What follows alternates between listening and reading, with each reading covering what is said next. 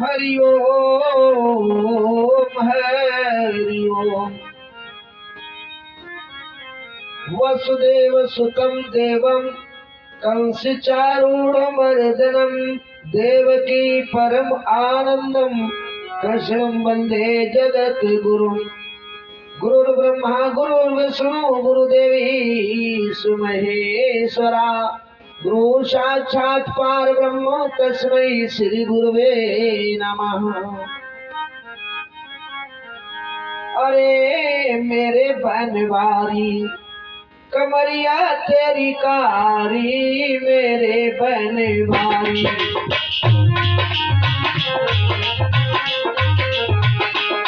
कमरिया तेरी कारी, मेरे बनवारी।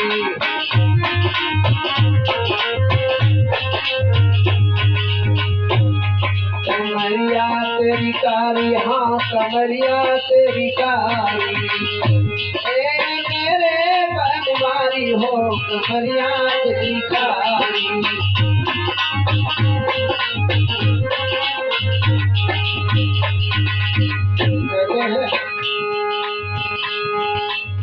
बांस कहे मैं सबसे बड़ा हूँ,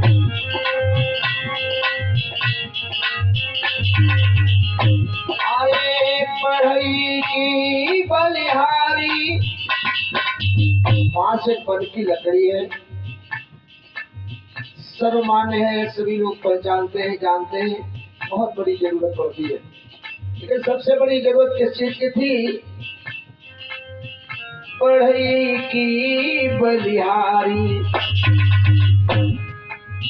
काटे छेद करी बंसी बनाई वाले, आरी अधरन पे मोहन धारी, मेरे बनवारी कमरिया तेरी कारी, मेरे बनवारी।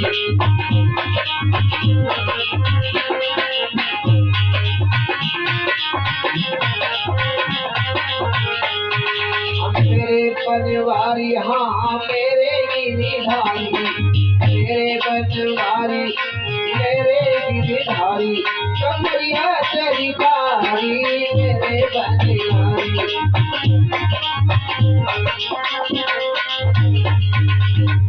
और कहे जदो लेसन से सुंदर, और पक्षी देखने में बहुत सुंदर है, संसार में जिसकी वरीयता ये नहीं करके देश का राष्ट्रीय पक्षी भी माना जाता है। और कहे सब से मैं सुंदर, अरे नचिवे की बलिहारी, टूटे पंख गिरे धरणी में, आरी मोहन सर पर धारी, रे मेरे बनवारी कमरिया तेरी कारी, मेरे बनवारी।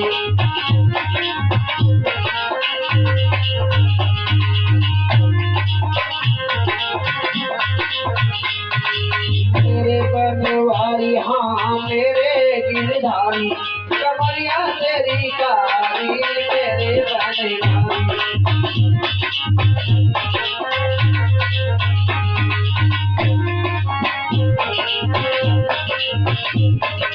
बोले वृंदावन हमारी लाल की जय हो। आप लोग कथा में मैंने बताया था कि मन और चित्त बुद्धि जब सब चीज लगाएंगे तब बिल्कुल समझ में आएगी। एक सत्य का प्रतीक बनकर के कसंकु राजा के पुत्र हैं महाराज हरिश्चंद्र जी, जो इक्ष्वाकु वंश में जन्मे हैं, जिसे सूर्य वंश के नाम से जाना जाता है। और सत्य के प्रतीक बन गए। संसार में आज भी कोई सत्य का प्रमाण कर देता है व्यक्ति को तो कहता बहुत बड़े हरिश्चंद्र हो। वैसे अगर देखा जाए एक चीज और आती है, मैं देखता हूँ कहीं कहीं असर कुछ होता है, जिन लोगों का हरिश्चंद्र नाम रख दिया जाता है उनके अंदर भी असर आ जाता है। अगर वो कहूँ खेत में जोतने चलो गड़बड़ी की, गलत बात है। बहुत काटिल हरिश्चंद्र नहीं कहता हूँ, डरा दे भाई। लेकिन हरिचंद्र अगर है नाम है तो उसका जो अक्षर भी होना चाहिए, ऐसा नहीं। देखिए नाम का बहुत बड़ा असर होता है। नाम के प्रभाव से नाम का असर एक जरूर बन जाता है अगर नाम रख दिया जाए, लेकिन असलियत होती है। देखिए इस महाराज हरिश्चंद्र जी के जीवन के परिचय में आप जान चुके हैं कि महाराज हरिश्चंद्र जी सत्यवादी थे, सत्य बोलते थे। लेकिन एक बात बताइए, बड़ी अच्छी बात है, आइए भागवत से हटकर के कोई सोच हमारी अगर उत्पन्न हो, कोई मेरे बात समझ में आए, समझ रहे कि नहीं, तो फूल माला की रहे। अच्छा घींच उठने में दिक्कत होती है, थोड़ा पीछे किसी के बैठा ना। अब एक काम करो,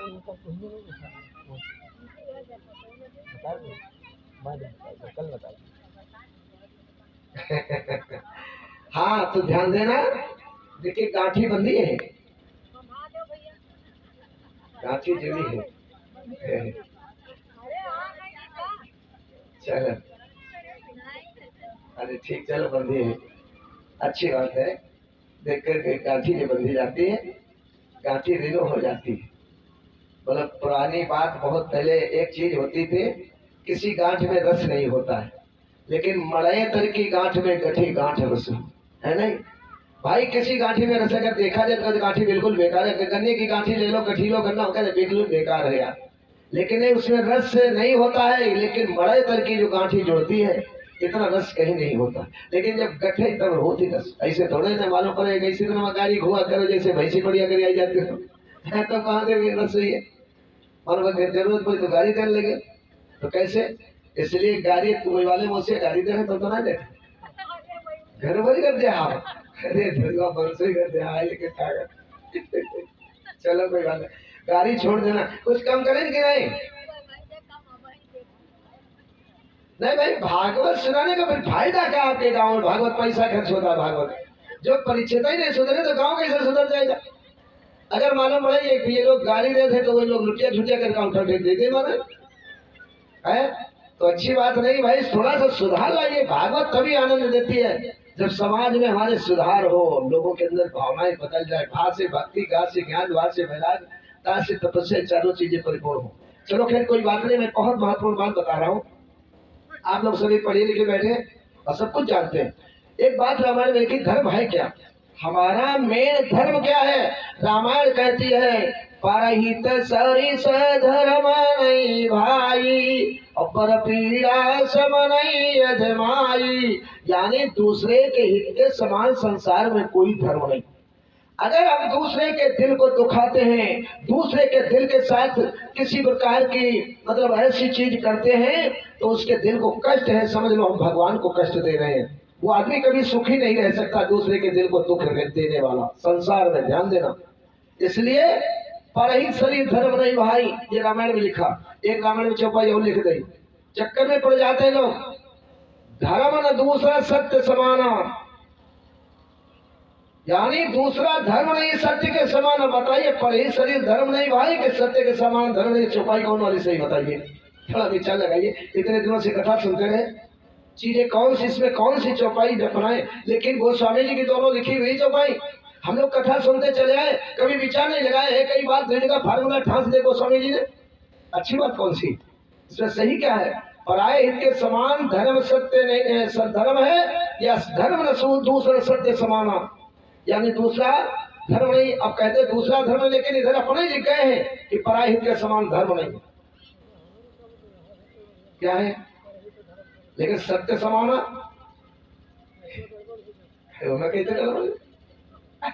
नहीं, क्या समझने की बात है। आज फिर आपने अगर पूछ दिया, अपने प्रश्न का उत्तर दिया, अच्छी बात है, खुशी की बात है। लेकिन मेरी बात तो मेरी विचार से देखिए, अपना अपना अलग अलग विचार है।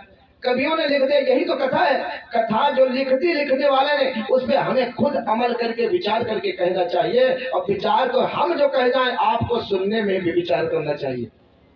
देखिए एक चीज और आती, धर्म 3 प्रकार का है।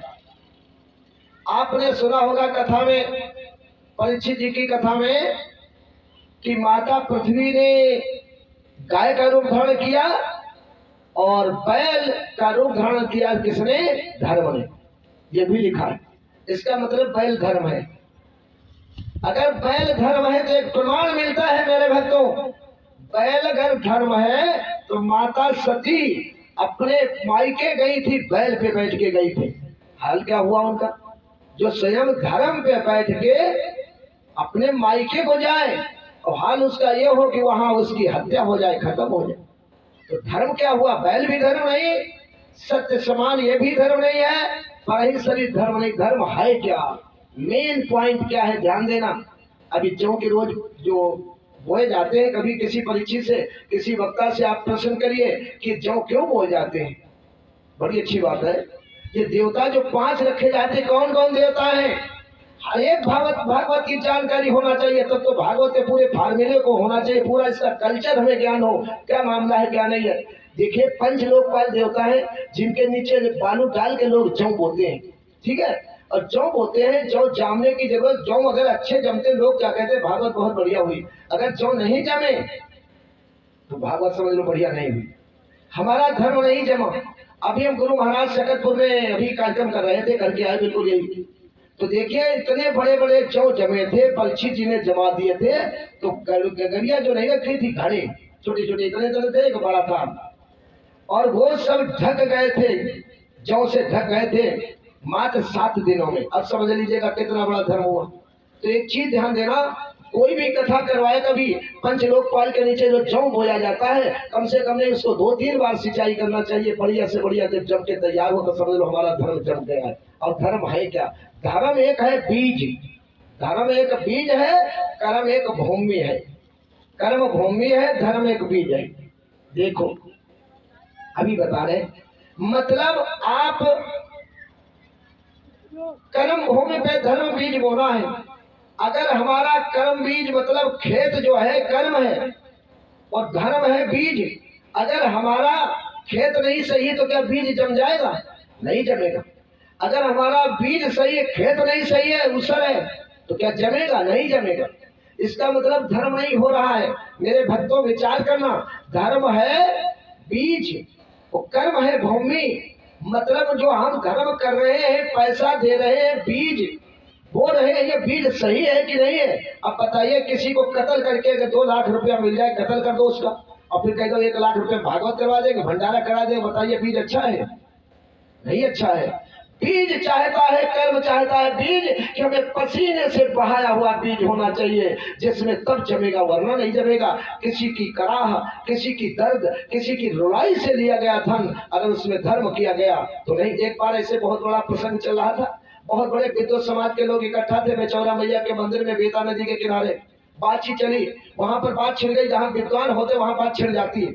हमने बोल दिया धर्म सत्य क्या है, अगर धर्म सही नहीं है तो हमारा धर्म बीज जमेगा नहीं। वो हमें अथाह मतलब लेकर के घर से जाएगा, जरूर लेके जाएगा। अरे भाई, किसी के कराह से 1 लाख रुपया ले ले तो 2 लाख 3 लाख घर से चले जाए, क्या होगा? तो इसका मतलब धर्म का बीज अच्छा नहीं है। तो वहां एक पंडित जी बैठे थे, क्षमा करना अगर कोई हो, नाराज न होना। पंडित जी ने कहा हम धन को ऋणों करते हैं, अगर कत्ल किया गया हुआ धन लाया जाए और ला करके हम अगर धर्म में लगाते तो बचा हुआ धन ऋणों हो जाएगा। हम कहे गलत बात, ऋणों नहीं हो जाएगा और घर में तुम्हारे पास से लेकर जाएगा।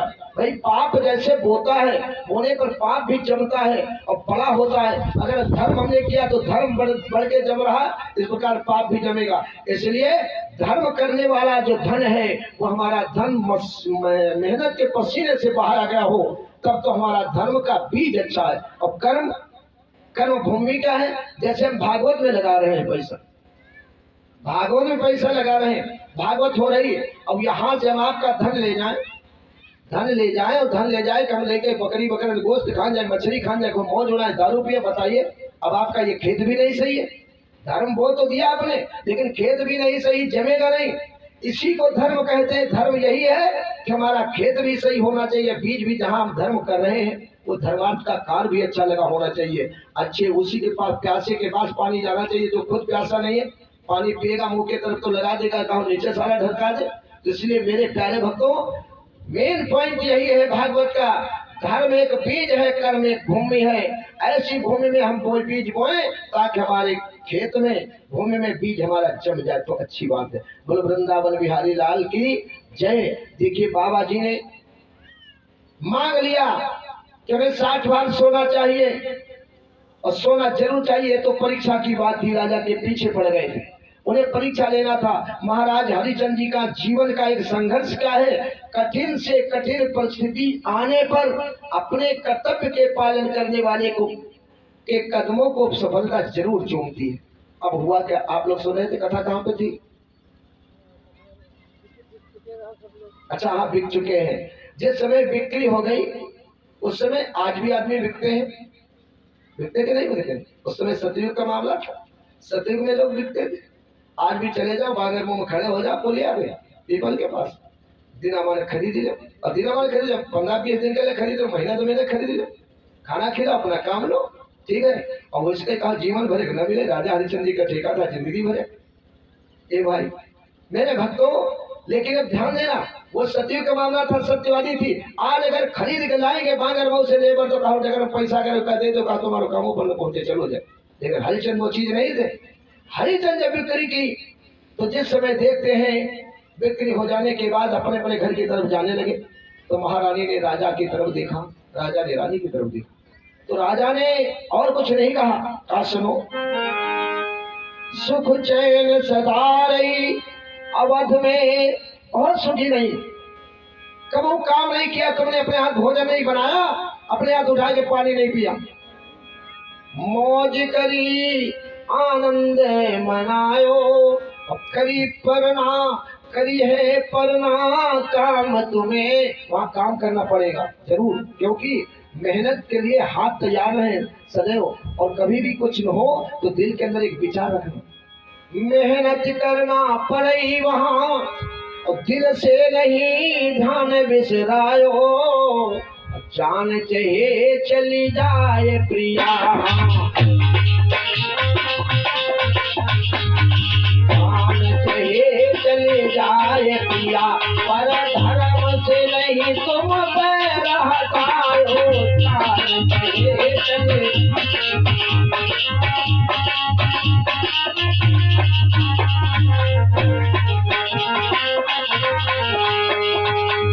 कुछ भी नहीं, अपने धर्म से कभी पैर मत हटाना, ऐसा ना हो। भाई नौकरानी बन के जाए, जब आज लोग तुम्हारी नौकरानी नहीं तमाम, और ऐसे लोग पंडितानी पर गुस्साई जाए तो क्या होगा, धर्म बिगड़ जाएगा तुम्हारा, अच्छा नहीं रहेगा। इसलिए आज देखते हैं मेरे प्यारे भक्तों, महारानी चली गई अपने दिशा में और राजा साहब अपने कालू के साथ में चले गए, लेकिन आज बिक्री करने में करीब 4 दिन लगे थे। चौथा दिन था काशी नगर में। बाबा जी वही विश्वामित्र जी इधर उधर घूमते हैं, और घूमते उन्होंने क्या किया, जिस समय कालू ने कहा ठीक आज से मेरे तुम सदस्य हो गए, हम तुम्हारा धर्म नहीं नष्ट करेंगे, तुम एक काम करो, दुकान बता दी कि वो सेठ की दुकान में